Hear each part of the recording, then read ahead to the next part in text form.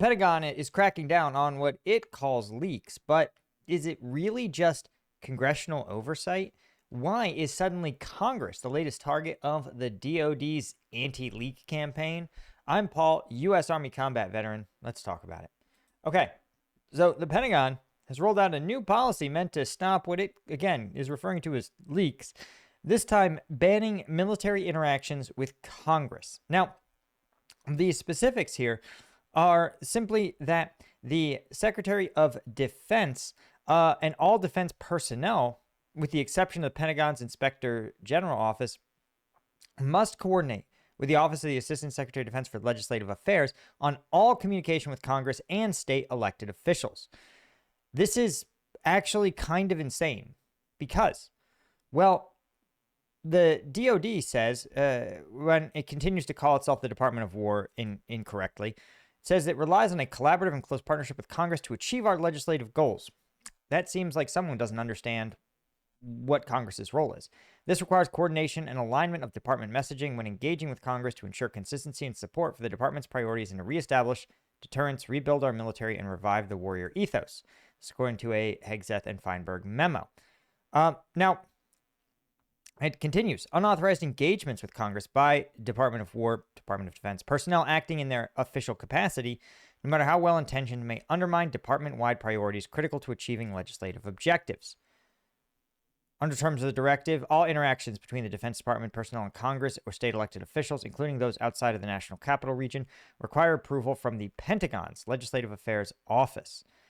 So this is absurd, but also this includes things like congressional reporting requirements, requests for information, drafting technical assistance. Legislative correspondence must all be routed through the office. This is an office that is, one, not equipped for any of this. Two, this is an insane crackdown on very basic functions. And importantly, also a crackdown on free speech. Because while a U.S. service member does not have free speech in a sort of broad sense, we do have, or rather, we broadly do have free speech when we are in uniform. But there are specific exceptions, right? We can't, for example, I'm not protected if I share operational details with the Chinese embassy, obviously, right? But it's a little more complicated than that because, right, I also am free to engage in political speech, just not in uniform, right? But some of the rights that I do still have is my right to talk to my congressman, because where does my right and I'm saying mine as like an active duty uniform service member, because I have a right to go to my congressman, right, and say, hey, congressman, I'm calling your office because I don't agree with the U.S.'s stance on Gaza, right? That definitely protected. You can even say, I don't agree with your stance to disband my unit.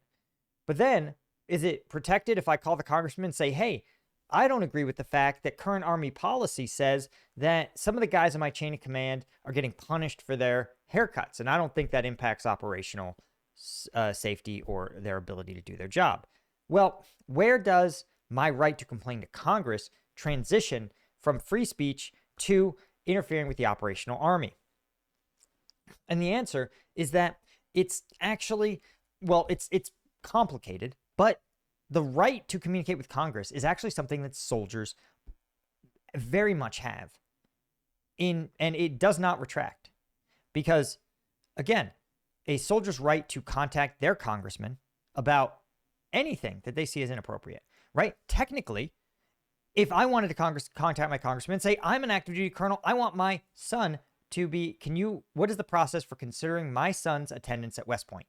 Now I have to route that through the Pentagon Office of Legislative Affairs. But here's the real troubling part. And that is that the Secretary of Defense seems to believe incorrectly that the Department of Defense answers solely to the president. The president is the commander-in-chief, but they are not the decider. They are not the sole authority over the Department of Defense. Congress has authority over the Department of Defense that is in ways comparable to that of the president. This is through a process, a concept that we call congressional oversight.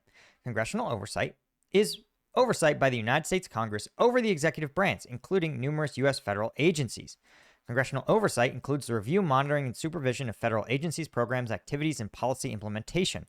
It exercises its power through this congressional committee system. Oversight occurs in a wide variety of congressional activities and contexts, right? These include authorization, appropriations, investigation, legislative hearings, and specialized investigations by select committees.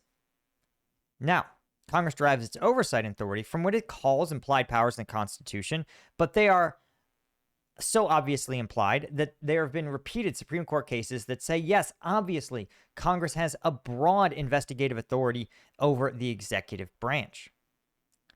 Now, it doesn't say that Congress has to be able to conduct inquiries and investigations of the executive branch, but literally the founders themselves thought it was so obvious there was never debate about it, right? Because at their time, the legislative bodies of the states so clearly could bring forth people to testify, could go out and see, hey, we're the Virginia State House. We want to make sure the Virginia militia actually used the money we gave them for rifles, right? So this is a power that is intrinsic to Congress, their ability to conduct this oversight.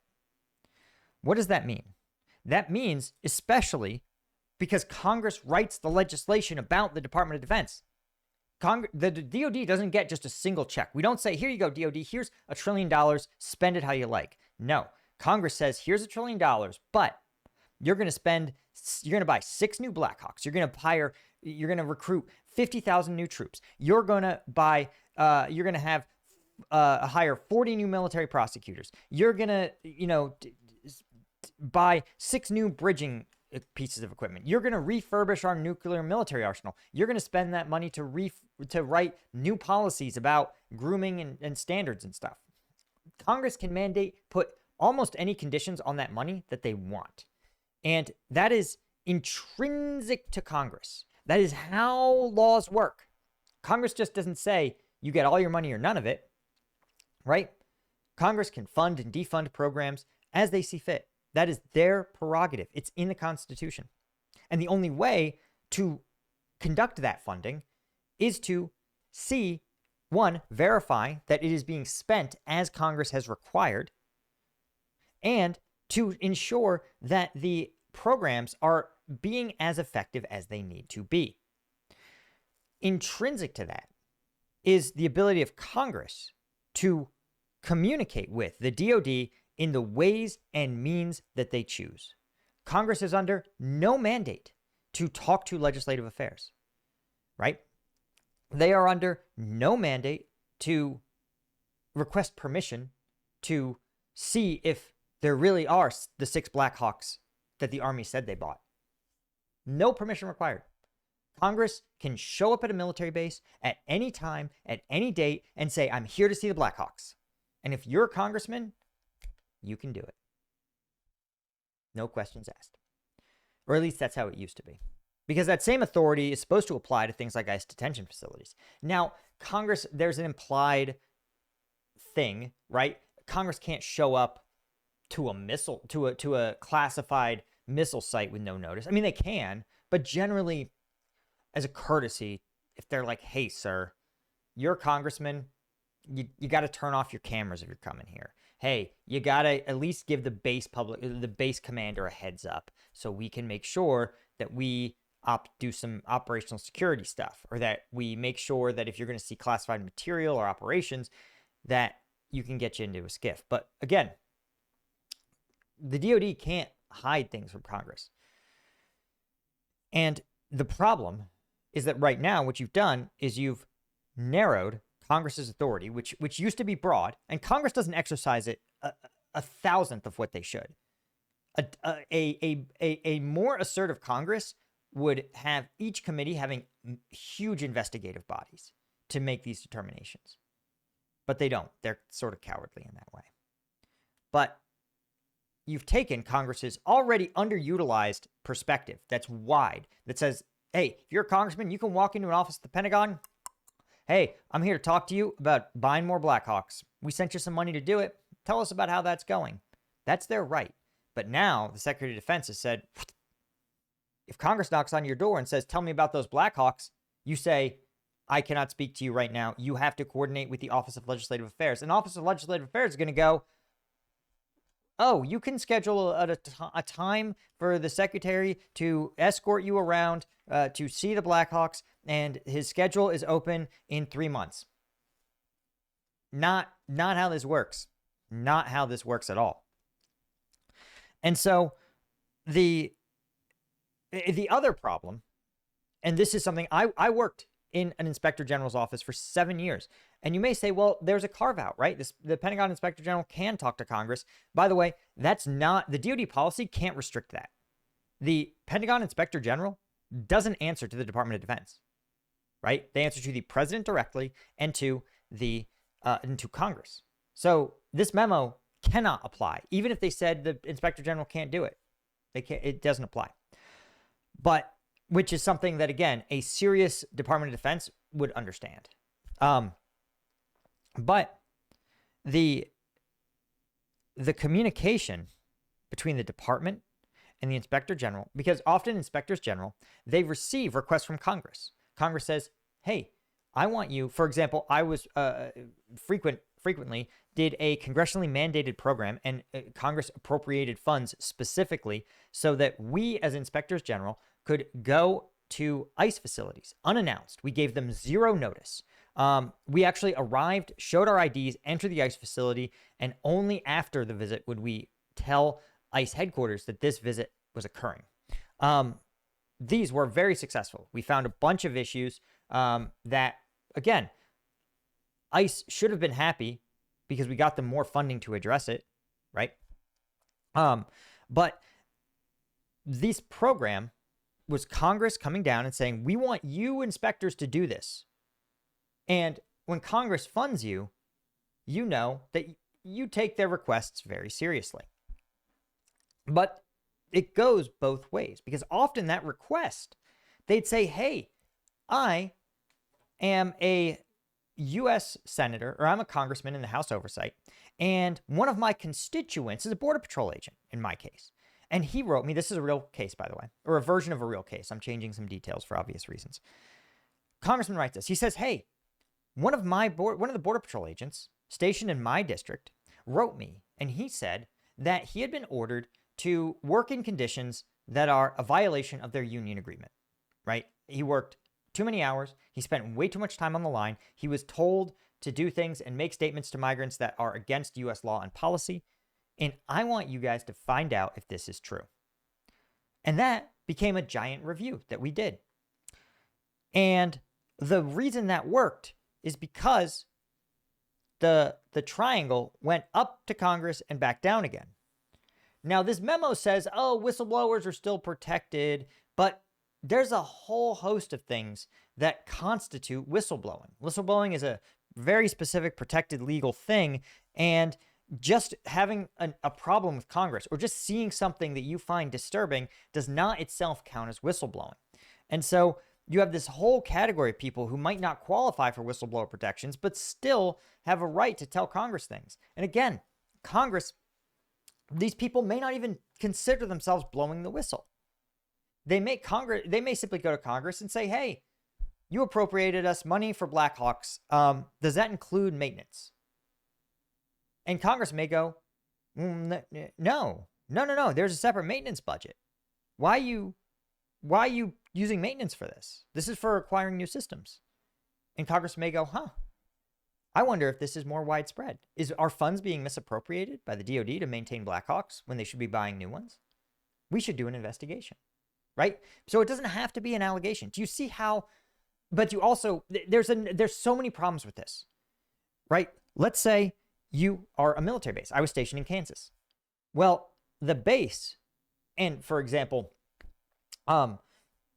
at our base, right, we worked a ton with local law enforcement. Local law enforcement would pick up soldiers that were drunk in public, and they'd say, hey, come get your soldier, hold him on base, and we'll turn over all of our evidence, our officers' statements and body cam footage. They didn't do body cams as much at that time, but we'll turn everything over to you, and you guys can prosecute them inside UCMJ, because for us, it's just a drunken disorderly, right? Those interactions happen all the time. But where things get complicated is, remember, your state legislator, especially the guys who represented our district, right? They represent military personnel. So military personnel might say, hey, that state legislature might go in and say, hey, I'm the state legislator for your district in Kansas that encompasses Fort Riley, where I was stationed. That state legislator, he's got a lot of incentives to talk to the Fort Riley commander, to talk to officers at the base about what their needs and what issues they're facing. And all of that now has to get approved through the Pentagon. Literally, for a legislator to be like, hey, Fort Riley, the adjacent town was called Junction City. Hey, Junction City Police Department, do you guys need more state funding for training? Do you guys want to get some state funding to help coordinate in the event of an emergency with Fort Riley PD, or it's called the Garrison Command, with Garrison Command? And that, again, at a state legislator from Kansas asking that question now requires literally the Pentagon to fucking approve it. This is the most Pete Hegseth thing, because he has so little grasp. Remember, there are hundreds, thousands of military bases all over the country, and they all are represented by state legislators, state senators, governors, city council members, right? There's a city council of Junction City. You think they interact with the military on an almost daily basis? This is so ignorant and stupid. And it's worrying that the Pentagon is doing something that they think this is a good idea. That's what's disturbing, is that either the Pentagon has no fucking clue what they're doing, and they're just desperately trying to stop information about their fuck-ups from getting out, which is possible. I think it's probably the most likely explanation. But the second explanation is that they're doing something so egregious, planning something so ghoulish, that they don't want even Congress to get a wind of it. Even a Congress controlled by the president's party, which is so scary. Again, this is something where, like, Congress's impotence and its lack of oversight function is the reason I'm fucking bald, because I cannot stand the fact that they are so powerful and they do not use it. It's like being a doctor and being like, I don't want to make money. I don't want to heal the sick. I'd rather just stay at home. And it's like, what's wrong with you? Why would you not use this power? You've done the hard part. You've gotten into Congress. Why would you not maximize your power? Like, aren't you a power-hungry narcissist? You're a congressman. Of course you are. Jesus Christ. But that impotence drives me crazy and has driven me crazy for a decade. But now you have the Pentagon restricting even the limp-wristed congressional efforts at oversight. It's just crushing. Anyway, guys, thanks to Sergei Zinchenko, Alan Knudsen, Alfred Chesky, Al90, James Poor, Steve Moran, Doug Beck. If you guys want to support me on Combat Vet News, you sure can. And if you don't want to be publicly on here, but you still want to support me, I understand. I cover some controversial stuff. The government is not a big fan of their critics. So you can just send us an email. We are happy to have you no matter what. The link is in the description. Cheers.